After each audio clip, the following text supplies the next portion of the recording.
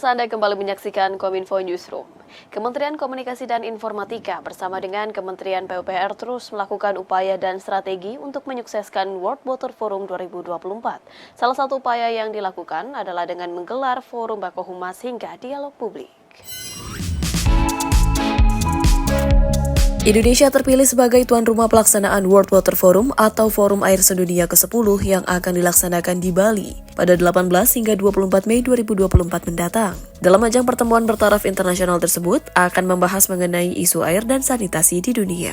Kepala Biro Komunikasi Publik Kementerian PUPR Panca Dharma Utojo menyebutkan, terpilihnya Indonesia sebagai tuan rumah WWF ke-10 merupakan bentuk kepercayaan masyarakat internasional terhadap peran kepemimpinan Indonesia dalam menyelenggarakan kegiatan bertaraf internasional. Dan tentunya hal ini juga membutuhkan dukungan dari semua humas kementerian lembaga yang ada di Indonesia. WWF ke-10 mengangkat tema Water for Shared Prosperity atau air untuk kesejahteraan bersama, dan diperkirakan akan melibatkan 170 negara yang akan mengirimkan delegasi. Untuk itu kami mengajak Bapak Ibu semua yang hadir dalam kesempatan ini ikut merasakan rasa bangga karena Indonesia dipercaya sebagai tuan rumah dan merupakan kepercayaan dunia. Indonesia bisa mengelola fasilitasi dialog internasional tentang isu air secara global. Dalam rangka mencapai keberhasilan acara tersebut, kami sangat mengharapkan partisipasi aktif dari kerjasama erat para humas pemerintah untuk menjalankan strategi komunikasi publik yang efektif demi memastikan bahwa informasi mengenai WWF ke-10 ini dapat menjangkau sebanyak mungkin lapisan masyarakat. World Water Forum ke-10 memiliki tema Water for Shared Prosperity dengan 6 subtema, yakni Disaster Risk Reduction and Management, Water Security and Prosperity, Water for Human and Nature, Knowledge and Innovation, Sustainable Water Finance, Governance, Corporation, and Hydrodiplomasi. Dalam hal tersebut, Indonesia berkomitmen memperkuat kolaborasi berbagai pemangku kepentingan dalam mencapai target tujuan pembangunan berkelanjutan atau Sustainable Development Goals ke-6, yakni terkait hak atas air bersih dan sanitasi. Dirjen IKP Kominfo Usman Kansong sekaligus Ketua Umum Bako Humas menyebutkan, untuk menggencarkan sosialisasi World Water Forum ke-10, pihaknya akan mengadakan jumpa pers secara berkala hingga Mei 2024. Nah, inilah pentingnya peran Kominfo dan bukan cuma Kominfo, tentu leading sektor dalam hal ini PUPR dan seluruh kementerian dan lembaga. Ya, bukan hanya yang menjadi pengampu, ya karena ada sejumlah kementerian yang menjadi pengampu, ada kementerian dan lembaga, ada KLHK, kemudian ada PUPR, ada BUMN, ada BMKG, BNPB, Kementerian BKPM, ini adalah pemangku utama ya, tetapi kementerian-kementerian lain juga harus concern untuk mengkomunikasikan kepada publik penyelenggaraan World Water Forum sehingga ya kita menyelenggarakan acara ini, Forum Bako Humas, untuk mengetuk kira-kira begitu kepedulian kita semua mengkomunikasikan kepada masyarakat penyelenggaraan WWF ini.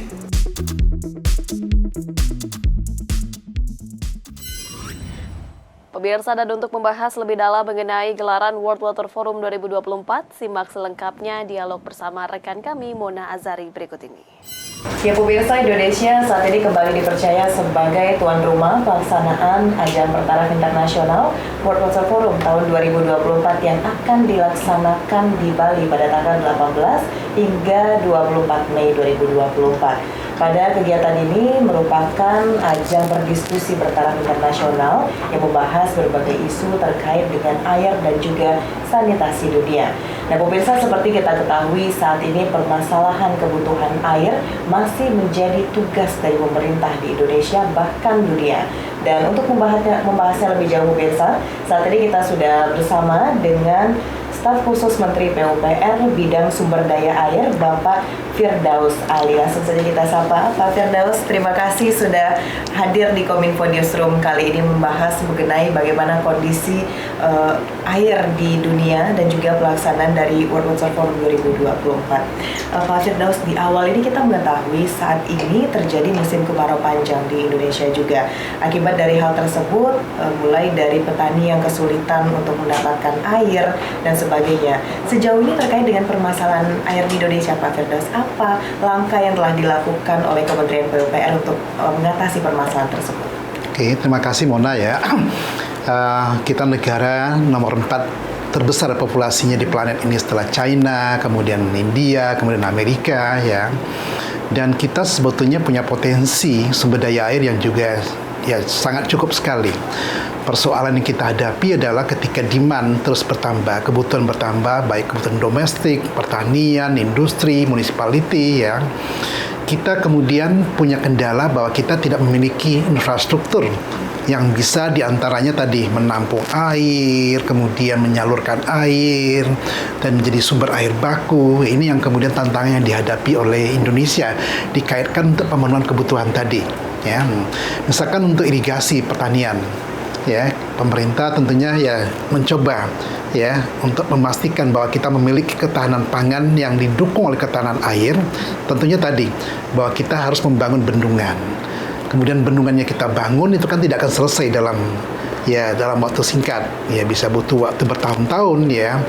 Lalu kemudian setelah bendungan jadi, kita akan butuh bagaimana menyalurkan dari bendungan tadi sampai ke titik di mana membutuhkan tadi, ya untuk berbagai keperluan tadi, dan termasuk ya untuk air baku, untuk air minum yang dibutuhkan oleh masyarakat tadi. Jadi sekali lagi, poin yang paling mendasar sekali adalah bagaimana tadi memastikan bahwa kita menampung air tadi, lalu kemudian mengalirkan dengan infrastruktur yang ada ke tempat-tempat yang membutuhkan air tadi. Ya, tanpa infrastruktur, ya kita tidak akan bisa, dan dimanapun juga, ya seperti di negara maju, mereka memastikan dengan infrastruktur yang cukup tadi, mereka bisa memenuhi kebutuhan air tadi.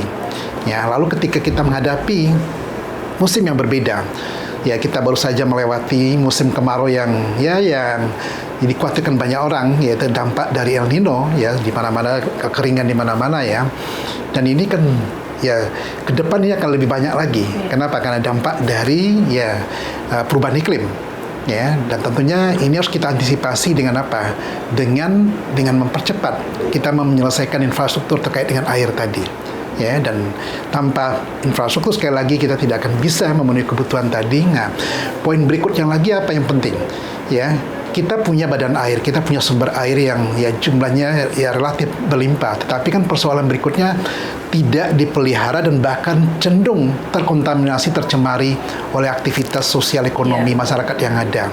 Kita sedih di badan air kita ada sampah, kita sedih di badan air kita ada limbah industri yang dibuang, dan itu tidak ada di negara-negara yang kemudian punya water security yang bagus. Begitu, Mona. Baik, berarti kalau saya garis bawahi yang Bapak sampaikan tadi, masalah kurangnya kebutuhan air bersih ini juga dapat mengganggu pembangunan begitu di suatu negara, begitu Pak ya.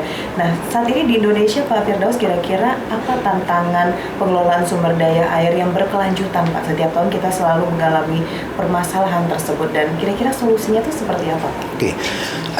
Tantangan awal tadi saya katakan bahwa lack of infrastructure, kekurangan infrastruktur yang kita miliki ya. Tentunya ini sedang dikerjakan oleh pemerintah. Kedua adalah kita butuh tadi ada manajemen yang lebih baik. Ya, karena apa? Pengelolaan ini kunci. Ya, pengelolaan tadi itulah bagaimana membalans antara demand dengan supply yang ada. Pengelolaan itu termasuk bagaimana kemudian manajemen ya pendistribusian air tadi. Pengelolaan juga termasuk bagaimana kemudian ya pemeliharaan, pengoperasian ya infrastruktur tadi itu juga bisa berkelanjutan.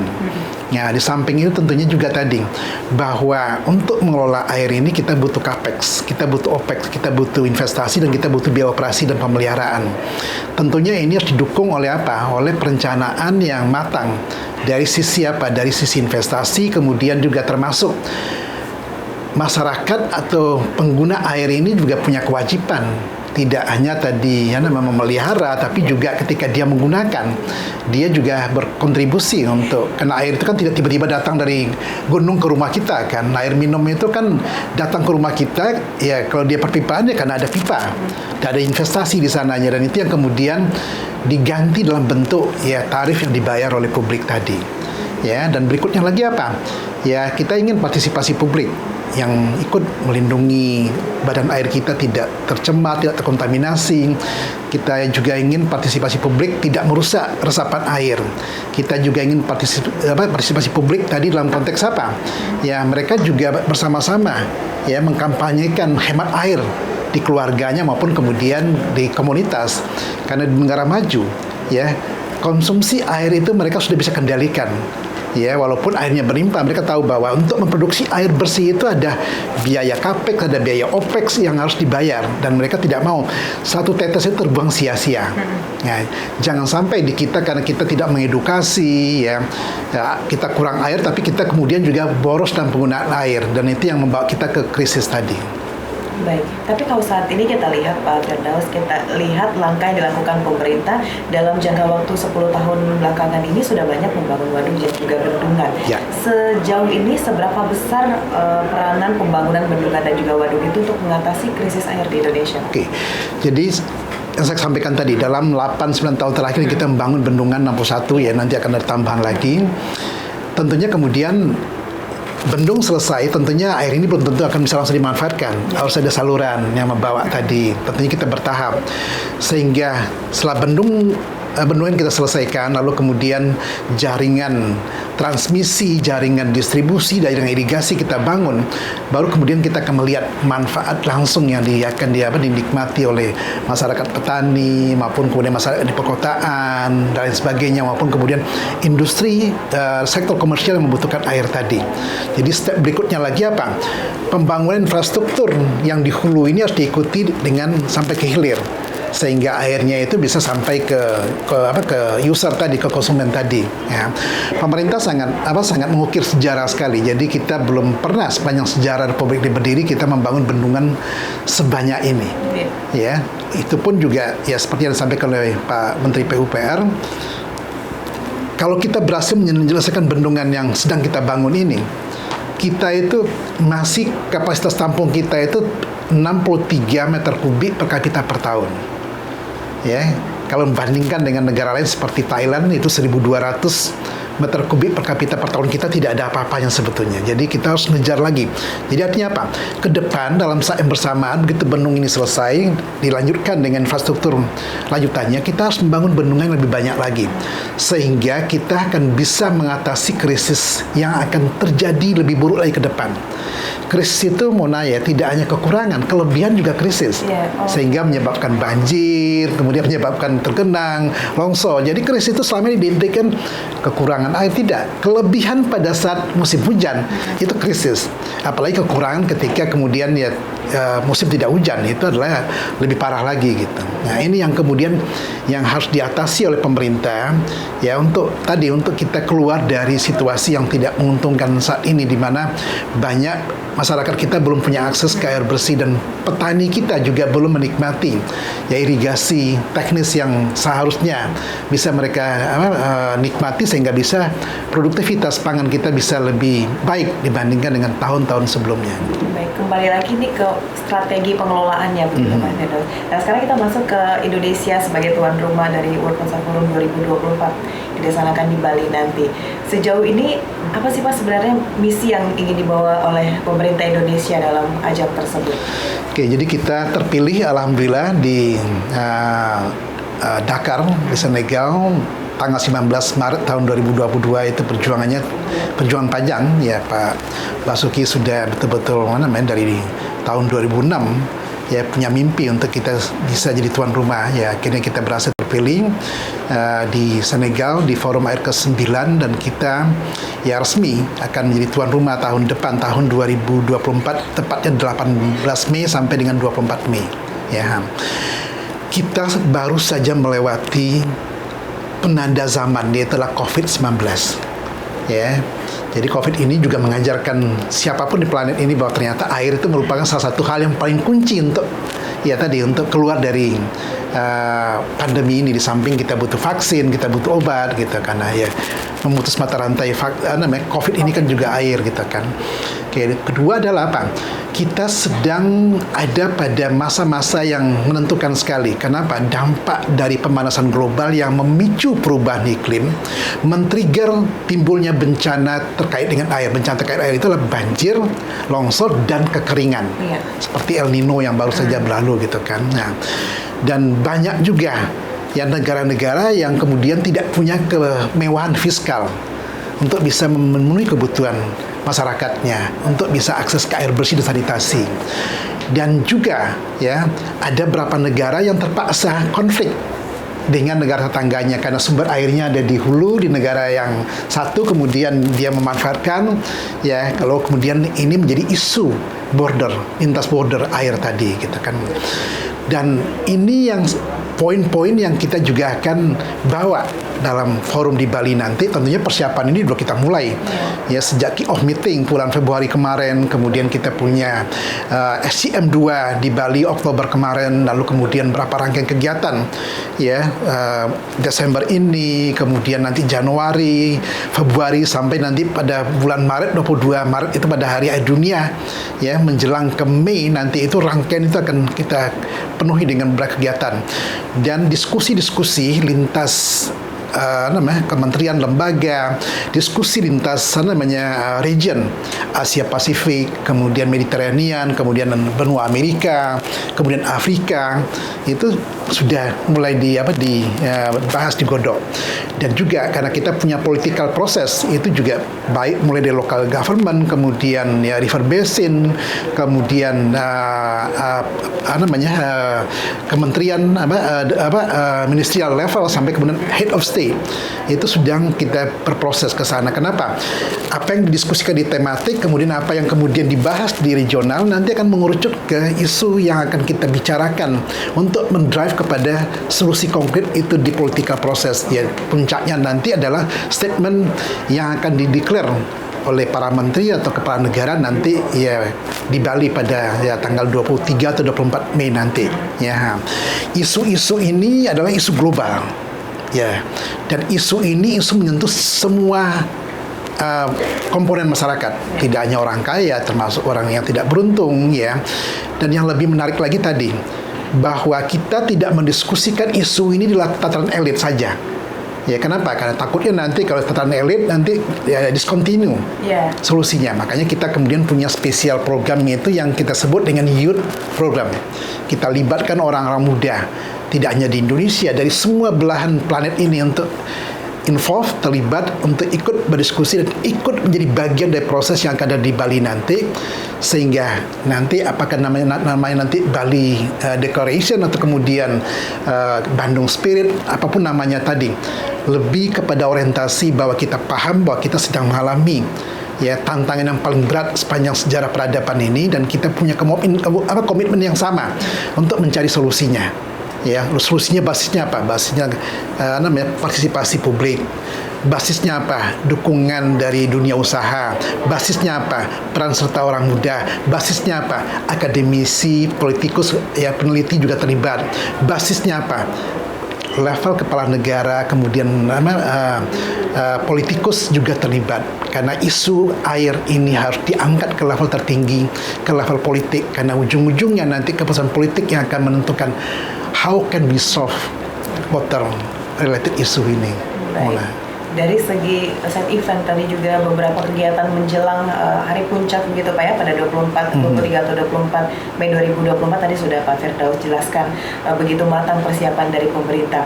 Nah, ini terakhir Pak, kita tentu dengan ada kegiatan ini kita membutuhkan juga publikasi pada masyarakat. Sejauh ini dari pemerintah, dari Kementerian PUPR gitu Pak, bagaimana langkah yang telah kita lakukan untuk kepada kepala daerah untuk bisa menyatukan komitmen menyukseskan dari pelaksanaan WWF 2024 ini Pak, dan nanti komunikasi publiknya seperti apa yang sudah dirancang Pak? Oke. Kita di SCM 2 di Bali kemarin Oktober kita mengundang APKASI, DEKSI, APEKSI, itu adalah namanya asosiasi pemerintah daerah, baik kota, kabupaten maupun provinsi, untuk terlibat nanti di political process. ya, dan tentunya ya proses komunikasi ini kan tidak bisa sekali, ya. Dan kita paham sekarang ini kan menuju Hari Kasih Sayang 14 Februari tahun 2024 itu fokusnya kan ke politik. Ya, tentunya kita harus punya strategi ya, bagaimana kemudian menarik atensi dari kepala daerah tadi. Kita tahu mereka lagi fokus ya ke pileg dengan pilpres gitu ya. Tapi mudah-mudahan setelah 14 Februari nanti kita akan dengan intens sekali, apalagi hari ini kan kita sudah melakukan kegiatan ya dengan teman-teman lintas Kementerian Humas ya, dan kita akan lebih efisien, lebih efektif lagi untuk mengkomunikasikan sehingga pemerintah daerah itu betul-betul ikut jadi bagian dari solusi persoalan ini. Kenapa? Karena masalah air dan sanitasi itu sudah didelegasikan oleh pemerintah pusat ke pemerintah daerah sebetulnya. Jadi sebetulnya apa yang kita bicarakan ini adalah merupakan tanggung jawab pemerintah daerah sebetulnya. Jadi harusnya mereka tertarik. Ya, tidak lepas tangan, karena itu kewenangan yang dialihkan ke mereka, yang di forward ke pemerintah daerah gitu kan. Makanya ya saya suka mengatakan di suasana bulan-bulan tahun politik ini seharusnya ya siapa yang mau maju di kepala daerah, siapa yang mau jadi anggota legislatif, kita harus uji juga komitmennya gitu, bagaimana kepedulian dia tentang masa depan air di Indonesia ini, sehingga akses masyarakat ke air tadi itu akan terjaga. Kenapa? Tanpa akses yang baik jangan pernah bermimpi ya kita akan punya masyarakat sehat, produktif. Ya tadi kita tidak punya lagi saudara kita yang mengalami kurang gizi, kemudian yang sekarang kenal dengan stunting misalkan gitu kan, dan tidak akan mungkin ada kesejahteraan tanpa water security. Baik, berarti adalah masalah ketersediaan air di Indonesia ini adalah tugas dari pemerintah daerah hingga pusat begitu Pak. Dan bersama masyarakat. Bersama masyarakat. Dan termasuk juga pelaku usaha juga punya tanggung jawab moral juga di sini. Baik, dan tentunya bersama-sama kita harapkan pelaksanaan dari World Water Forum 2024 dilaksanakan di Bali itu bisa berjalan dengan sukses. Pak Firdaus Ali, terima kasih banyak sudah memberikan edukasi juga kepada kita semuanya terkait dengan pelaksanaan WWF tahun 2024 dan bagaimana kondisi kesediaan air di Indonesia. Terima kasih banyak. Sama-sama, terima kasih kembali Mona. Dan pemirsa, itulah dialog kita pada Kominfo Newsroom kali ini bersama dengan Staf Khusus Menteri PUPR Bidang Sumber Daya Air, Bapak Firdaus Ali. Terima kasih bagi Anda yang menyaksikan. Tetaplah bersama Kominfo Newsroom. Pemirsa, informasi tadi sekaligus menutup perjumpaan kita dalam Kominfo Newsroom hari ini. Selamat merayakan Hari Natal bagi Anda yang merayakan. Saya Bilqis Sabila pamit dari hadapan Anda. Terima kasih, selamat malam dan sampai jumpa.